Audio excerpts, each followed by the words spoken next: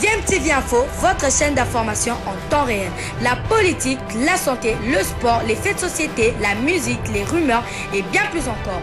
Vous découvrirez cela dans notre chaîne DMTV Info.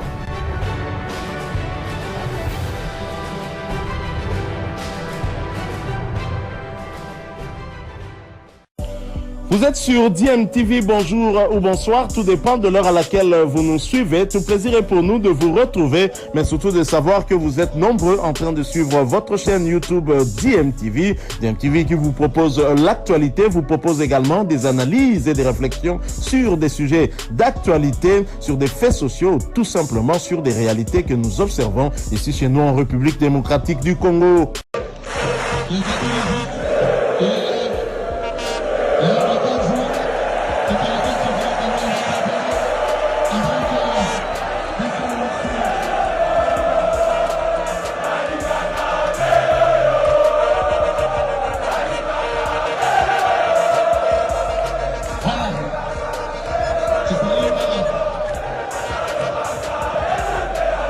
Football dans ce journal des sports qui sera à sa première saison avec l'ASV Club de Kinshasa. Le gardien international gabonais Loïc Oono est excité à l'idée d'avoir rejoint le club vert et noir de Kinshasa qu'il connaissait depuis longtemps. L'ex-portier du 15 d'Agosto en Guinée équatoriale qui a donc signé pour 3 saisons avec les Dauphins Noirs de la capitale dit n'avoir pas peur de la concurrence. Nous allons l'écouter. L'ambiance c'est bien depuis, c'est un club que moi je connais très longtemps parce que je le suivais déjà et c'est un très grand club en Afrique. Maintenant, il y a beaucoup de nouveaux joueurs, on essaie de se connaître un peu, mais l'ambiance ça va venir progressivement, mais sinon après ça va. Avant de venir, je savais déjà qu'il y avait de bons gardiens, donc ça m'a plus excité parce que c'est la concurrence, ça fait encore grandir et moi j'ai pas peur de la concurrence, c'est pour laquelle je suis venu. Déjà j'ai vu que les supporters me suivent beaucoup maintenant, je pense donner le meilleur de moi-même à chaque fois que j'aurai l'occasion de jouer et essayer de relever le club pour lui donner les couleurs comme avant. Voilà, c'était là le gardien gabonais Loïc Oono, nouvelle recrue de l'ASV Club de Kinshasa. Il a été formé chez Missile FC. Au sein des V Club, il sera en tout cas en concurrence avec l'international burkinabé Soufiane Ouedraogo et le gardien camerounais Junior Dandé.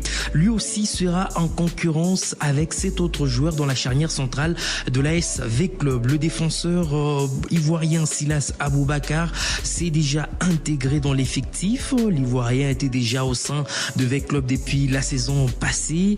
Après 6 mois à Kinshasa, Silas Aboubakar se dit prêt pour décoller avec V Club. Mentalement, ça va parce que depuis les 6 mois passés, le club m'a bien accueilli, l'atmosphère, tout s'est bien passé. Il y a de nouveaux joueurs, mais c'est toujours le même coach, le même staff. Donc il me dit, bon, je suis déjà installé. Maintenant, tout va dépendre du boulot. C'est à moi de me donner à fond et être objectif, ce que je veux, c'est un peu ça.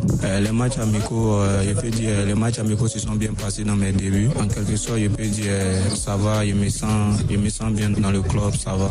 C'était là le défenseur ivoirien de l'ASV Club, Silas Aboubakar. V Club, je rappelle, sera sur 2 fronts, le championnat national de la RDC, la Coupe de la Confédération de la CAF. Idem, en tout cas pour le FC Saint-Éloi Lupopo, le club n'a pas changé d'objectif pour cette saison, terminer sur le podium en championnat national et surtout se qualifier pour la phase des poules de la Coupe de la Confédération. C'est ce qu'a dit le secrétaire général du club de Namoulangoy. Les activités ont déjà repris au club, le programme est déjà établi et donc les lieux, la date sont déjà établis, mais bientôt je pense qu'on va démarrer. Nous avons loupé cette saison un objectif qui était à notre portée, la Lina Foot. Nous étions vraiment sur la bonne voie et il nous a manqué quelques détails que nous prenions la coupe. C'était ça l'objectif l'année passée, on s'était fixé de prendre la coupe. Ça va quand même faire longtemps que le Popona a soulevé une coupe. Alors ça va demeurer le même objectif. Mais il ne faut pas le dire par la bouche, il faut mettre les moyens, il faut mettre les énergies, il faut recruter, il faut avoir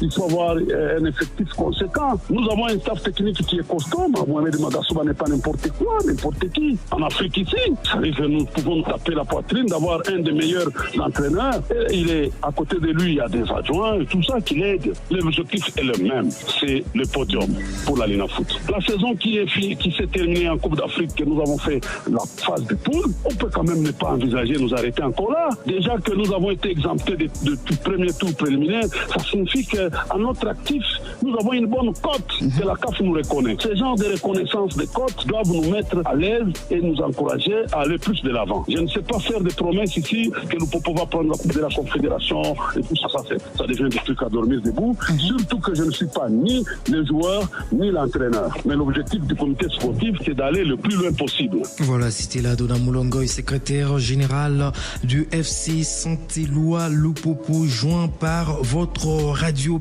Dona, je rappelle que Lupopo a déjà enrôlé 8 joueurs pour la saison sportive 2024-2025. Il s'agit de Nathan Mabrouki, Ezras Kabamba, Junior Mbele, Michael Poutou, Lise Ntumbanyimbo, Abdallah Chaibou, Andy Bassisiloa et Tishik Mosingo.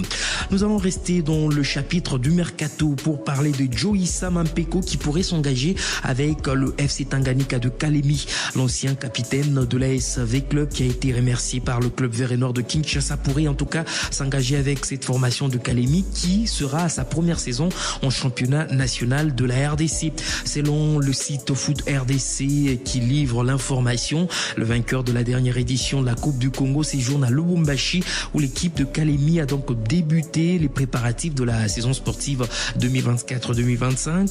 Les négociations entre les représentants du joueur et le FC Tanganyika sont presque à la fin. Le transfert d'Issa Mampeko ne serait plus qu'une question de temps. Pendant ce temps, l'international congolais Omenu Kinfulu s'est donc séparé de Las Palmas en Espagne. Il a donc résilié son contrat avec le club espagnol. Lui qui n'avait pas beaucoup de temps de jeu avec cette formation, il n'aura joué que 69 matchs. Omenu Kinfulu est annoncé en deuxième division espagnole au sein de la formation de Deportivo La Corogne. En dehors du terrain, parlons d'un autre ancien léopard, Youssouf Mulumbu Ngango, qui se plaint de la justice congolaise.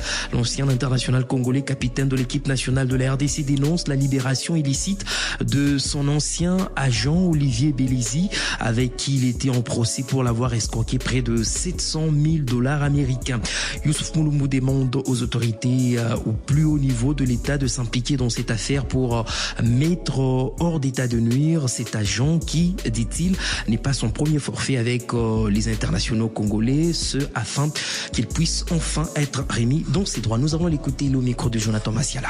On avait un procès avec monsieur Olivier Belizy, qui était mon ancien agent, je dirais, et surtout gestionnaire de patrimoine. On avait un contrat qui devait être rémunéré par l'équipe de Norwich, et puis il a volé l'argent, et puis il s'est évaporé depuis lui. En fait, ce qui s'est passé pour maximiser les gains, parce que vous savez qu'en Europe, il y a les impôts, il m'avait prescrit de faire une société ici au Congo, et pour que les enquêtes ne mènent pas à mon nom, il avait fait de façon malice à son nom. Au lieu d'être imposé à 45 ou 50%, on allait avoir la totalité ici et puis on allait tout simplement pouvoir utiliser cet argent par le Congo qui pouvait servir à ma fondation, qui pouvait servir aussi à mes investissements personnels. Où en êtes-vous avec ce procès? Le procureur adjoint à la 4e rue Mounene avait interpellé la personne et puis on a eu une confrontation avec lui. Tout allait en ma faveur. Le procureur général avait demandé à ce que la personne puisse rester en prison à Makala le temps qu'il puisse revenir de voyage et puis on apprendrait que la personne s'est évaporée. À l'insu de tout le monde, la seule personne vers laquelle on peut se tourner aujourd'hui, c'est le procureur adjoint